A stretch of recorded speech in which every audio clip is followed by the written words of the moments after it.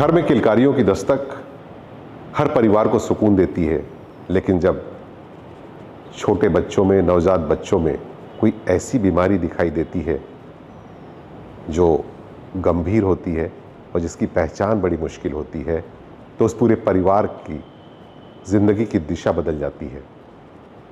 आज हमारे साथ हैं doctor Chanan Goyal, physiotherapist college की डेमोन्स्ट्रेटर हैं और ऐसे ही बच्चों की ज़िंदगी को संवारने का काम कर रही हैं।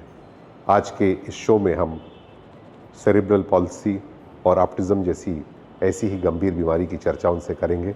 उनसे जानना चाहेंगे कि कैसे इन बीमारियों से बचा जा सकता है और कैसे इन मरीजों को एक प्रॉपर ट्रीटमेंट देकर एक नई दिशा दी जा सकती है। मैडम, आपका बहुत बहुत स्वागत है टॉक फॉर रायपुर शो में। Thank you very much sir. बच्चों की ज़िंदगी बदलने के लिए, खासकर इन विशेष बच्चों को जो जन्मजात बीमारियों से जूझते रहते हैं, इनको दिशा देने के लिए आप कोशिश कर रही हैं। कैसा रहता है इनकी लाइफ और कैसे बदलती है इनकी दुनिया?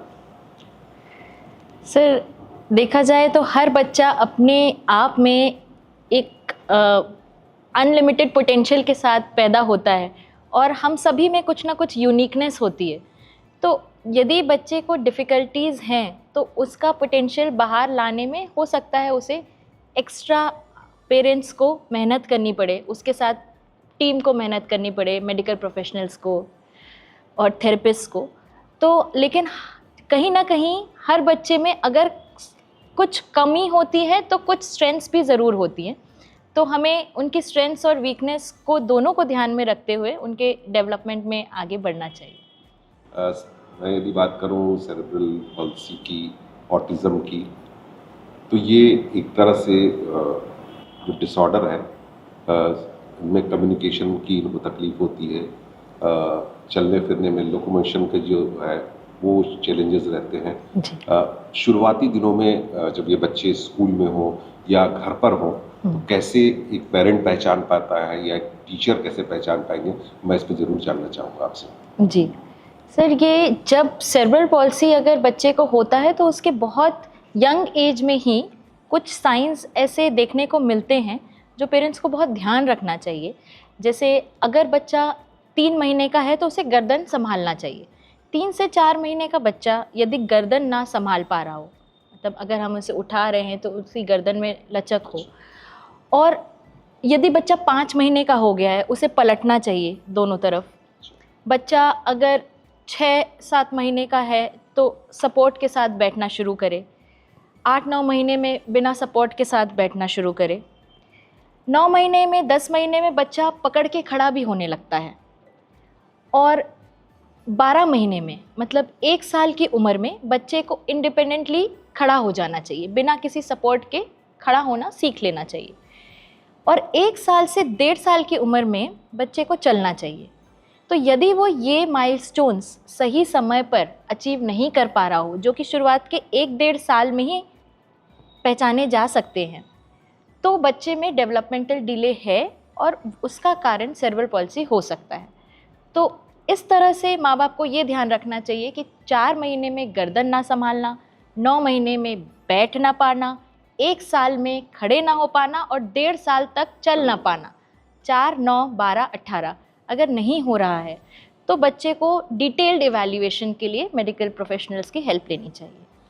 यदि मैं कहूँ कि यदि ऐसी कोई दुविधा उनके मन में आती है कि बच्चे को जिस स्टेज पर उनके ग्रोथ के लिए जो एक्टिविटीज़ होनी चाहिए, जो आप बता रही थी, वो नहीं हो रहा है, तो फर्स्ट उनका पॉइंट ऑफ एक्शन क्या होना चाहिए, किन से बात करनी चाहिए? क्योंकि मैं बात कर रहा हूँ उन परिवारों की जो बिलो पॉवर्टी लाइन में रहते हैं, स्लम एरिया के भी बच्चे हो सकते हैं वो, तो जो मेडिकली या डॉक्टर्स के पास एक फ्रीक्वेंट इंटरवल्स में नहीं जा पाते हैं, तो ऐसे लोगों के लिए इनको कहाँ अप्रोच करना चाहिए? हमारे रायपुर शहर में इनके लिए किस तरह की सुविधाएं हैं जिसका लाभ इनको मिल सकता है, वो मैं जानना चाहूँगा। जी सर, इसमें जैसे टीकाकरण होता है बच्चों का, जो नेशनल इम्यूनाइजेशन प्रोग्राम है, वो हर जो बच्चे के डॉक्टर होते हैं उनके पास ये सुविधा उपलब्ध होती है।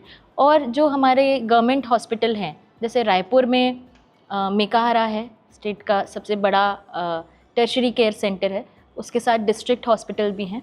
तो हर जगह पर जहाँ बच्चों के डॉक्टर उपलब्ध हैं, वहाँ उन्हें अगर थोड़ा भी संदेह होता है कि बच्चा नहीं अभी जो करना चाहिए वो कर रहा है, उसकी विकास की गति धीमी है, तो उन्हें डॉक्टर से संपर्क करना चाहिए। साथ ही पीडियाट्रिक फिजियोथेरेपिस्ट जो इसमें बहुत अहम रोल भूमिका निभाते हैं उनके डेवलपमेंट में, तो पीडियाट्रिशियन या पीडियाट्रिक फिजियोथेरेपिस्ट से कांटेक्ट करना बेहतर होगा। इन बच्चों का लाइन ऑफ ट्रीटमेंट किस तरह का होता है? जी। सपोज ऐसा लगता है कि कोई बच्चा सफ़र कर रहा है और वो आपके पास पहुंचता है, तो फर्स्ट लाइन ऑफ ट्रीटमेंट किस तरह से रहता है? कि देखिए, एक तो काउंसलिंग बहुत इम्पोर्टेंट रहता है, पेरेंट्स की भी हो, और बच्चे तो ऑलरेडी छोटे हैं जी। और छोटे बच्चों से ही एक बीमारी की शुरुआत उनके साथ साथ चल रही है, तो ऐसे में क्या पॉइंट ऑफ एक्शन रहता है?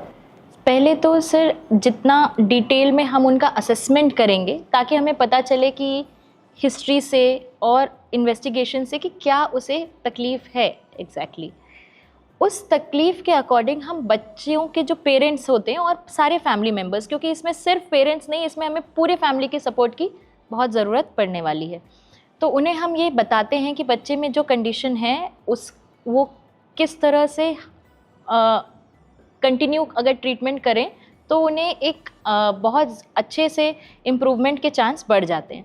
तो पेरेंट्स के बहुत सारे क्वेश्चन होते हैं कि ये क्यों हुआ, कैसे हुआ, तो इसके कुछ कारण जो हैं उस पर भी मैं प्रकाश डालना चाहूँगी कि कभी बच्चे जब प्रेगनेंसी रहती है मदर को, तब अगर मदर का न्यूट्रिशन ठीक ना रहे, जैसे बहुत ज़्यादा उसका हीमोग्लोबिन कम रहे, आयरन की डेफिशिएंसी है, कैल्शियम की कमी है, मदर को ट्रॉमा हुआ है, मतलब फिज़िकली चोट लगी है, या उसने कोई ऐसी दवाई खाई है जो डॉक्टर ने प्रिस्क्राइब ना की हो, जो कि बच्चे के लिए हार्मफुल हो, जो उनके नर्वस सिस्टम को अफेक्ट करे। हाँ, तो ऐसे प्रेगनेंसी में अगर ठीक से मदर की केयर ना हो और वो रेगुलर डॉक्टर के संपर्क में ना रहे और उनका पोषण ठीक से ना मिले उन्हें, तो ये तकलीफ़ हो सकती है। दूसरा, अगर बच्चा जब डिलीवरी के दौरान अपने समय से पहले ही वो बाहर आने वाला है, प्री मैच्योर बच्चा है, या बच्चे का बर्थ वेट कम है, लो बर्थ वेट बच्चा है, बच्चा अगर तुरंत पैदा होते रोए ना, तो ये एक बहुत बड़ा रीज़न होता है कि तुरंत ना रोने की वजह से बच्चे में ऑक्सीजन की कमी हो जाती है, क्योंकि रोता है बच्चा तब सांस लेता है, सांस नहीं लेता है, रोता नहीं है, तो उसकी ऑक्सीजन ब्रेन में नहीं पहुंच पाता, और ब्रेन थोड़ी देर के लिए भी ऑक्सीजन की कमी बर्दाश्त नहीं कर पाता, और उसमें हाइपोक्सिक इस्चेमिक इंजरी होती है, जिसे हम आम भाषा में ये कहेंगे कि ऑक्सीजन की कमी की वजह से ब्रेन में कुछ डैमेज हो जाता है। तो वो डैमेज जो है वो बच्चे को आगे चल के उसकी विकास की गति धीमी करता है। तो ये अगर बच्चा ना रोए, या बच्चे को तुरंत जैसे वो डिलीवर हुआ है उसके बाद कभी कभी बच्चे को ऑक्सीजन की ज़रूरत पड़ती है, या वहाँ मेडिकल हेल्प की ज़रूरत पड़ती है, बच्चा अगर ऐसी स्थिति में पैदा नहीं हुआ है जहाँ डॉक्टर्स अवेलेबल हैं, तो फिर बच्चे को इसकी प्रॉब्लम हो सकती है, या इन्फेक्शन हो जाए, या बच्चे को पैदा होने के बाद झटके आ जाएं, जिसे सीजर्स बोलते हैं हम, कन्वर्जन्स आ जाएं, या छोटी उम्र में बच्चे को सिर में चोट लग जाए, बच्चा गिर जाए, एक्सीडेंट हो जाए, कोई इन्फेक्शन ऐसा हो जो ब्रेन तक पहुंच जाए, मेनिंजाइटिस, एनकेफेलाइटिस, ये कुछ ऐसे इन्फेक्शंस हैं जो शुरुआत तो आम इन्फेक्शन की तरह होती है, लेकिन अगर वो ट्रीट ना करें तो ब्रेन तक पहुंच जाती है, बच्चे के ब्रेन को डैमेज करती है। तो शुरुआती 2-3 साल तक अगर बच्चे के ब्रेन में ऐसा कोई भी दुष्प्रभाव पड़ता है, जैसे इन्फेक्शन, चोट लगना, झटके आना, सीजर्स आना, तो ये सारी चीज़ों प्रॉब्लम की वजह से बच्चों को सेरेब्रल पॉल्सी डेवलप होने का रिस्क बढ़ जाता है। और अभी इंडिया में इसका एस्टिमेटेड इंसिडेंस जो है वो 3 बच्चे हर 1000 बच्चों में जो पैदा होते हैं, हर 3 बच्चे में, उनमें से 3 बच्चों में ये पाया जा रहा है। जो रेशियो दिख रहा है वो 1000 बच्चों में 3 बच्चे जो हैं वो सफ़र करते हैं जी। और इसके साथ जो ऑटिज़म का रेशियो है वो बहुत ज़्यादा है सर। इसमें एक बच्चा, मतलब हमारे कंट्री का एक एग्जैक्ट डेटा अवेलेबल नहीं है, जो बाकी WHO की इंसिडेंस है वो ये बताते हैं कि 100 में से करीबन एक बच्चे को ऑटिज़म डायग्नोज हो रहा है। दोनों बीमारियों के बारे में यदि मैं आपसे बात करूं, तो ये दोनों में क्या डिफरेंस है? जी। क्योंकि मोरलेस एक आम आदमी यदि समझना चाहे तो जी। ऑटिज्म को भी और सेरेब्रल पॉल्सी को भी एक ही समझता है, तो दोनों में क्या डिफरेंस है? सर प्राइमरीली ये डिफरेंस है कि ऑटिज्म में बच्चे का कम्युनिकेशन, सोशल इंटरेक्शन, इसमें प्रॉब्लम रहती है उसको। मेन प्रॉब्लम जैसे बच्चे को बोलने में डिले रहेगा। आमतौर पर 2 साल के बच्चे को कुछ छोटा सेंटेंस 2-3 शब्द जोड़ के बोलना चाहिए। यदि बच्चा 2-3 साल तक सही से बोल नहीं पा रहा है, लेकिन जब कोई और बोलता है तो उसको रिपीट कर लेता है। मतलब जब हम पूछेंगे तब वो उसी क्वेश्चन को रिपीट करेगा, लेकिन खुद से सेंटेंस फ्रेम करके नहीं बोल पाएगा। तो ये एक कॉमन चीज़ होती है ऑटिज्म में कि उनका स्पीच डिले होता है और इकोलैलिया होता है, जो बोलते हैं वो रिपीट करते हैं। तो autism is primarily a disorder जिसमें इंटरेक्शन, और वो लोगों में व्यक्तियों में इंटरेस्ट नहीं लेगा, वो वस्तुओं में इंटरेस्ट लेगा। मतलब वो अपनी धुन में खोया हुआ रहेगा, अपने टॉयज में इंटरेक्ट नहीं। जैसे बच्चों का आमतौर पर ये देखने को मिलता है कि वो दूसरे बच्चों से घुलते मिलते हैं और अपने हम उम्र बच्चों के साथ वो खेलते हैं, लेकिन ये बच्चे अलग अलग रहते हैं, अपने आइसोलेटेड प्ले वो करते हैं और वो अपने खिलौनों को शेयर नहीं करते हैं। वो अपने चीज़ें अपने मतलब वो उसमें ही खोए हुए रहते हैं, खुद में खोए। उनकी अलग वो एक दुनिया रहती है। उनके कुछ एक स्टीरियोटिपिकल बिहेवियर्स भी होते हैं ऑटिज्म में, जैसे कभी वो बच्चे चीज़ों को लाइन अप करेंगे, सिमेट्रिकली जमाएंगे, कभी अगर घुमाने वाली चीज़ मिल गई तो उसको स्पिन करते रहेंगे, या खुद गोल घूमते रहेंगे, खुद जंप करते रहेंगे। मतलब वो अपने आप में इस तरह की रिपीटेड बिहेवियर डिस्प्ले करेंगे। और अपने नाम को रिस्पॉन्ड ना करना, यूजुअली बच्चे बहुत जल्दी, मतलब 1 साल से कम की उम्र में ही बच्चे नाम पे आवाज़ देने से रिस्पॉन्ड करने लगते हैं। तो ये बच्चे अपने नाम को रिस्पॉन्ड नहीं करते हैं। आई कांटेक्ट करना इनके लिए डिफ़िकल्ट होता है, जब हम उनसे बात करते हैं तो वो कहीं और देख रहे होते हैं। तो ये सारी चीज़ें, और एक और चीज़ है जिसमें पॉइंटिंग इनका डिफ़िकल्ट होता है यूजुअली। जैसे अगर उन्हें कुछ चीज़ चाहिए तो वो ऐसे हम पॉइंट करके जैसे बताते हैं, तो पॉइंटिंग भी डिफ़िकल्टी होती है वो। तो उनको ये अपनी ज़रूरत बताने में और अपने एक्सप्रेशंस, अपने इमोशंस एक्सप्रेस करने में डिफ़िकल्टी होती है। तो ऑटिज़म में हो सकता है बच्चा खड़ा होना, चलना, बैठना सही टाइम पर कर ले, लेकिन उसका सोशल इंटरेक्शन बहुत ही लिमिटेड होता है और ये वैरी करता है, बहुत माइल्ड से बहुत सीवियर तक हो सकते हैं। कुछ बच्चे बहुत टोटली आइसोलेटेड नहीं भी होते हैं, कुछ बच्चे इन्वॉल्व होते भी हैं, तो ये माइल्ड से सीवियर कैटेगरी में हो सकता है। लेकिन सेरेब्रल पॉल्सी जो है सर, उसमें मेन प्रॉब्लम मोटर प्रॉब्लम है। मतलब बच्चे को गर्दन संभालने में, बैठने में, खड़े होने में, चलने में, इसमें तकलीफ होती है, और उसमें सोशल इंटरेक्शन में और स्पीच में प्राइमरी प्रॉब्लम होती है। स्कूल्स में भी आपके जब मैं प्रोफाइल में चेक कर रहा था तो मैं इस पर देखा कि आप ह्यूज इंडक्शन प्रोग्राम्स पे भी इन्वॉल्व होती हैं। मोर देन 500 टीचर्स के बीच भी आप इंटरेक्ट की हैं इन सब प्रॉब्लम्स को लेकर, इनके सॉल्यूशंस को लेकर। तो स्टूडेंट पेरेंट्स तक टीचर्स को क्या बताना चाहती है और टीचर्स को क्या बताती हैं कि क्या होना चाहिए इस पे, उनका क्या रोल हो सकता है? जी सर, तो टीचर्स वो होते हैं जो मतलब बच्चे को के भविष्य को गढ़ते हैं। माँ बाप तो हैं ही, लेकिन कभी कभी टीचर्स भी हैरान रह जाते हैं कि बच्चे में आखिर दिक्कत है क्या, क्योंकि बच्चा चलता हुआ आता है, सामान्य दिखता है, उसको देख के हम नहीं बता सकते कि उसमें कोई परेशानी होगी। लेकिन जब क्लास शुरू होती है तो सब बच्चे टीचर की बात मान करके उनकी कमांड फॉलो करते हैं, बैठते हैं, पढ़ते हैं। लेकिन कुछ बच्चे एक जगह बैठने में ही उनको दिक्कत होती है, बैठेंगे फिर घूमने लग जाएंगे, या अपना हाथ फ्लैप करने लग जाएंगे, या खिड़की के बाहर ही देखते रहेंगे, दूसरे बच्चों को पुश कर देंगे, अपना ही हाथ चबाते रहेंगे या पेंसिल चबाते रहेंगे। तो टीचर्स को ये लग सकता है कि ये बच्चा शरारत कर रहा है या बदमाशी कर रहा है, और हो सकता है कि वो अलग तरह से उसको हैंडल करे। लेकिन कभी कभी अगर बच्चा कंसिस्टेंटली ऐसा कर रहा है, उसके साथ उसको बोलने में या आपकी बात को फॉलो करने में डिफ़िकल्टी हो रही है, आई कांटेक्ट भी डिफ़िकल्ट है, उसको लिखने में परेशानी आ रही है, तो हो सकता है कि या उसे ऑटिज़म हो। बच्चा एक जगह नहीं बैठ रहा है तो attention deficit hyper activity disorder ADHD हो। अगर पढ़ नहीं पा रहा है, लिख नहीं पा रहा है, तो डिसलेक्सिया या डिसग्राफिया हो, जो कि लर्निंग डिसऑर्डर्स होते हैं, जिनकी स्पेसिफिकली ट्रीटमेंट पॉसिबल है। पर अगर टीचर्स को डाउट है तो उन्हें ज़रूर पेरेंट्स से बात करनी चाहिए और फिर उन्हें काउंसिल करके उन्हें आगे रेफ़र करना चाहिए ताकि बच्चे का इवैल्यूएशन हो पाए। गवर्नमेंट स्कूल्स के भी टीचर्स के साथ आपका इंटरेक्शन रहा है जी।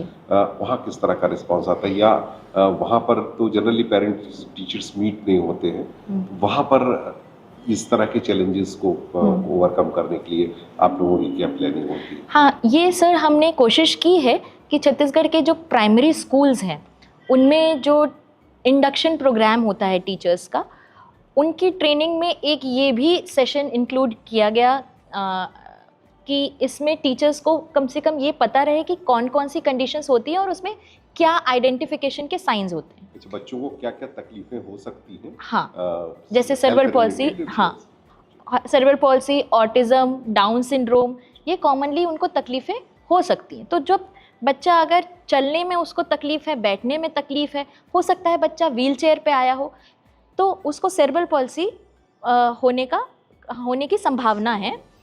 पर हमें ये अज्यूम नहीं करना चाहिए, जो कि मैं टीचर्स को बताती हूँ, कि बच्चा व्हीलचेयर पे आया है, चल नहीं पा रहा है, इसका मतलब उसकी समझ भी कम ही होगी। ऐसा ज़रूरी नहीं है। फिज़िकल चैलेंज हो सकता है और मेंटल चैलेंज ना हो, उसके साथ ये भी संभावना रहती है। हो सकता है कि बच्चा समझने में, उसकी कैचिंग जो पावर है, उसका अटेंशन है, उसका इंटेलेक्चुअल एबिलिटी है, वो ज़्यादा प्रभावित ना हुई हो, और लेकिन बच्चा इसलिए स्कूल नहीं आ पाया क्योंकि वो चल नहीं पा रहा है। तो ये हमें ध्यान रखना है कि इस वजह से कोई बच्चा पीछे ना रहे कि वो बिना सपोर्ट के चल नहीं पा रहा है। अगर उसे क्रचेस की ज़रूरत है, वॉकर की ज़रूरत है, व्हीलचेयर की ज़रूरत है, इन सब चीज़ों की हेल्प से वो आए और स्कूल में भी ऐसा अरेंजमेंट हो कि बच्चे सेफली बैठ पाए। जो बच्चे को बैठने में भी डिफ़िकल्टी है, तो ऐसी सीट्स भी होती हैं, हम बताते हैं, कि जिसमें वो सेफली उनको बैठा सकें और बाकी बच्चों के साथ वो पढ़ पाए। तो ये टीचर्स अगर आइडेंटिफाई करेंगे और उन बच्चों को इंक्लूड करेंगे, क्योंकि सर समावेशी शिक्षा पे बहुत ज़्यादा जोर है गवर्नमेंट का भी, तो समावेश तभी हो पाएगा जब इन बच्चों को इक्वल अपॉर्चुनिटीज़ और सिमिलर एनवायरनमेंट मिलेगा जैसे कि बाकी बच्चों को मिलता है।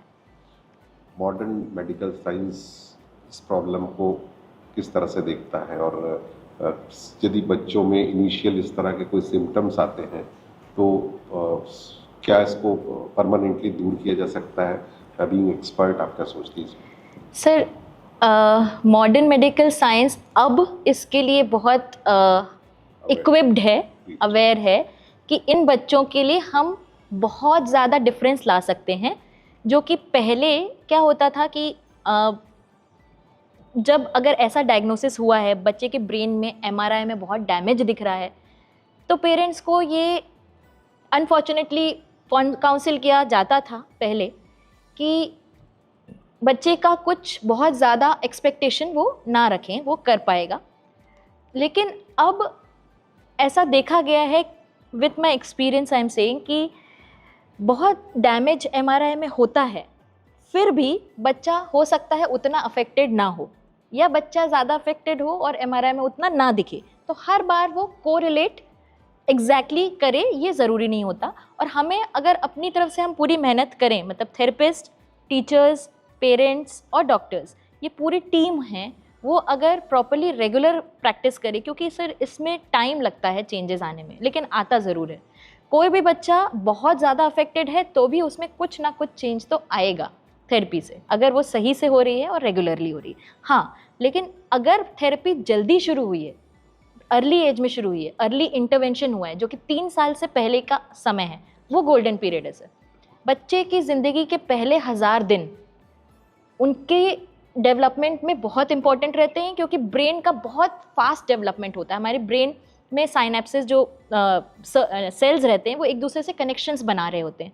तो पहले 1000 दिन, मतलब करीबन पहले 3 साल गोल्डन पीरियड है, उसमें बच्चा बहुत जल्दी कैचअप करता है अगर उसको सही मार्गदर्शन मिले तो रेगुलर थेरेपी, जल्दी शुरू हुई थेरेपी अगर है, और अगर बहुत ज़्यादा डैमेज नहीं है, तो बच्चे बहुत कुछ कवर अप कर लेते हैं और मुख्य धारा में सम्मिलित हो पाते हैं। मैं और आप इस समय रायपुर स्मार्ट सिटी के टॉक फॉर रायपुर शो में बात कर रहे हैं। रायपुर के पेरेंट्स को आप क्या मैसेज देना चाहेंगे? इवन मैं तो कहता हूँ सिर्फ न सिर्फ पेरेंट्स बल्कि रायपुर के सिटीजन भी बहुत अवेयर होते हैं, दूसरों के प्रॉब्लम्स के सलूशन के लिए भी हमेशा एज ए पायनियर आगे रहते हैं। तो मैं चाहूँगा कि इस प्रॉब्लम को लेके जो मेहनत आप कर रही हैं, जो मेहनत गवर्नमेंट इस समय कर रही है, इसको हर परिवार तक लेके जाने के लिए कि ऐसे बच्चों को किसी तरह की कोई तकलीफ ना हो। तो पहली चीज़ मैं आपसे ये जानना चाहूँगा कि रायपुर में ऐसे बच्चों के आइडेंटिफिकेशन के लिए और उनके ट्रीटमेंट के लिए क्या सुविधाएं हैं, और दूसरा पेरेंट्स को या सिटीजन्स को किस तरह से अवेयर होना चाहिए। ये दो सवाल मैं आपसे ज़रूर जानना चाहूँगा। जी, तो रायपुर में ऐसी सुविधाएं सर, सरकार ने बहुत अच्छी जो गाइडलाइंस दी हुई हैं, और अब तो एक जो डिसेबिलिटी इवैल्यूएशन गाइडलाइंस हैं उसमें कुल 21 ऐसी कंडीशंस मेंशन की गई हैं। उसमें से सेरेब्रल पॉल्सी भी इंक्लूडेड है और ये लर्निंग डिफ़िकल्टीज़ भी इंक्लूडेड हैं। तो उन कंडीशंस में गवर्नमेंट अपनी जो भी बेनिफिट्स होते हैं वो बच्चों को प्रोवाइड करते हैं। उनकी शिक्षा को लेकर हुआ या उनके रोज़गार को लेकर हुआ, वहाँ तक के भी, अपार्ट फ्रॉम उनके स्वास्थ्य संबंधी तो है ही उनके लिए प्रोविजंस। लेकिन इन सब गवर्नमेंट की स्कीम्स को अवेल करने के लिए बच्चों को पहले पेरेंट्स को आइडेंटिफाई करके पहले लाना होगा, और फिर उनके इवैल्यूएशन के साथ उनका एक कार्ड भी बनता है, जिससे वो उस कार्ड के बाद वो उनका एक आइडेंटिटी बनता है कि उनकी कितने % कितनी डिफ़िकल्टी है, और उस डिफ़िकल्टी के आधार पर उनको गवर्नमेंट के बेनिफिट्स और स्कीम्स जो हैं उसका वो लाभ उठा सकते हैं। ये कौन से कार्ड की बात आप कर रहे हैं? मतलब जैसे डिसेबिलिटी इवैल्यूएशन के बाद एक कार्ड बनता है जिसमें बच्चे को कितने % परेशानी है, कितना, हाँ, और बच्चा कितना आश्रित है किसी की हेल्प पर और कितना इंडिपेंडेंटली काम कर रहा है, ऐसा उसका एक फॉर्मेट है जो गवर्नमेंट की हॉस्पिटल्स में बन जाता है। जी, तो डिस्ट्रिक्ट हॉस्पिटल में एक बोर्ड रहता है डॉक्टर्स का, वो बोर्ड जो है वो उनका डिटेल में सब इन्वेस्टिगेशन और सामने जो उनका जितना वो काम कर पा रहे हैं वो सब चेक करके उनका वो कार्ड बनाते हैं, और उसके बाद उसके जितनी भी स्कीम्स हैं वो गवर्नमेंट के स्कीम्स का लाभ उठाना बच्चे के लिए आसान हो जाता है अगर उनके पास ये कार्ड मुहैया अगर हो जाए तो। लेकिन पेरेंट्स, मैंने ये देखा है कि अभी तक बहुत जितने बच्चे हमारे पास हैं उसमें से बहुत कम % बच्चे हैं जिनके पास ये कार्ड बना हुआ है। तो हम कोशिश करते हैं अलग अलग माध्यमों से, प्रिंट मीडिया हुआ, अभी आपका ये टॉक शो भी इसकी तरफ मुझे उम्मीद है हेल्प करेगा, ये बताने के लिए कि जो भी सुविधाएं हैं उसको अवेल करिए, क्योंकि उससे हम बच्चे का जो आगे का फ्यूचर है उसमें उसे बहुत हेल्प मिल पाएगी। मीन्स मैं उसमें आपको ऐड करूं कि यदि किसी तरह की कोई समस्या आती है तो आप अकेले परेशान मत होइए, सरकार आपके लिए वो सारी सुविधाएं आपको मुहैया कराने की तैयारी की है। तो जहाँ कहीं भी ऐसा लगता है कि इस तरह का कोई मेडिकल इशू है तो आप ज़रूर डिस्ट्रिक्ट हॉस्पिटल तक पहुँचिए, अपना प्रॉब्लम बताइए, आपका वहाँ सोल्यूशन आपके सेम चीज़ें आपके भी प्रॉब्लम के साथ दिख रहा है मुझको कि ये प्रॉब्लम का भी यदि अपने तक न रख के यदि हम डॉक्टर्स तक पहुँचते हैं इसके सोल्यूशन हमारे पास आ रहे हैं। जी, इंटरनेशनल पब्लिकेशंस भी मैं आपकी प्रोफाइल में देख रहा हूँ। दुबई कांग्रेस जी, 2023 में जी, इस पे भी आपके रिसर्च पेपर पब्लिश हुए। इंटरनेशनली जब आप डिस्कस करती होंगी और एक्सपर्ट्स रहते हैं तो उनकी चिंताएं क्या रहती हैं? थोड़ा हमारी कंट्री में जो डिफ़िकल्टी ज़्यादा देखने को मिलती है वो ये है कि पेरेंट्स बहुत लेट से लेकर आते हैं बच्चों को, रिस्पॉन्स टाइम लेट। हाँ, लेट है। जैसे मैंने आपको पहले बताया सर कि 3 से 4 महीने के बीच ही बच्चे को गर्दन संभाल लेना चाहिए।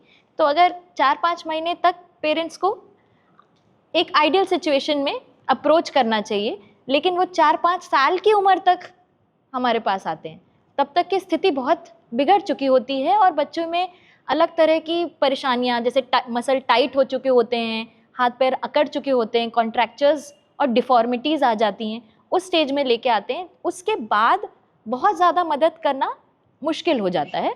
उसके बाद भी और भी इलाज हैं, जैसे फिर उनको मेडिकल मैनेजमेंट, सर्जरी करके, उनके हाथ पैर सीधे करके, फिर फिजियोथेरेपी करके भी आगे बढ़ाया जा सकता है।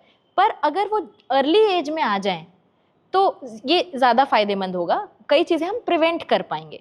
तो दूसरी जो डेवलप्ड कंट्रीज़ हैं उनमें बहुत जल्दी ये बच्चों का आइडेंटिफिकेशन और इंटरवेंशन शुरू हो जाता है, और हम being the most populated country of the world, सुविधाएं होने के बाद भी शायद अभी जागरूकता की ही एक जो कड़ी है वो थोड़ी मिसिंग सी लग रही है, कि अभी ये पता ही नहीं है कि पीडियाट्रिक फिजियोथेरेपी भी कुछ होता है जिससे बच्चे को बहुत लाभ मिल सकता है।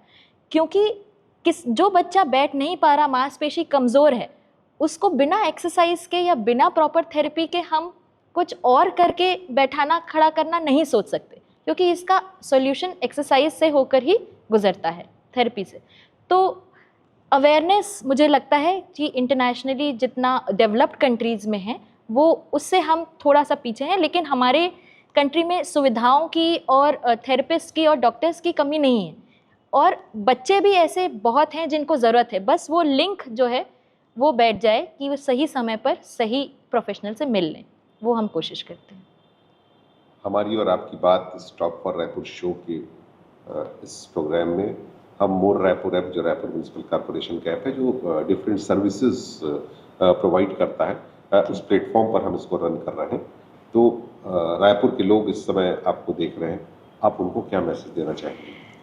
मैं यही मैसेज देना चाहूँगी कि जो भी हमें ऐसे बच्चे दिखें जिनकी नीड्स हमसे थोड़ी अलग हैं, चिल्ड्रन विद स्पेशल नीड्स कह लें, या जो थोड़ी डिफरेंटली एबल्ड हैं, उनको हमें एम्पैथी के साथ देखना चाहिए, और इन बच्चों को मुख्य धारा में सम्मिलित करने की जिम्मेदारी न केवल सरकार और उनके परिवार की है बल्कि पूरे समाज की है, जिससे हम एक इंक्लूसिव सोसाइटी में उनको आगे बढ़ा सकें।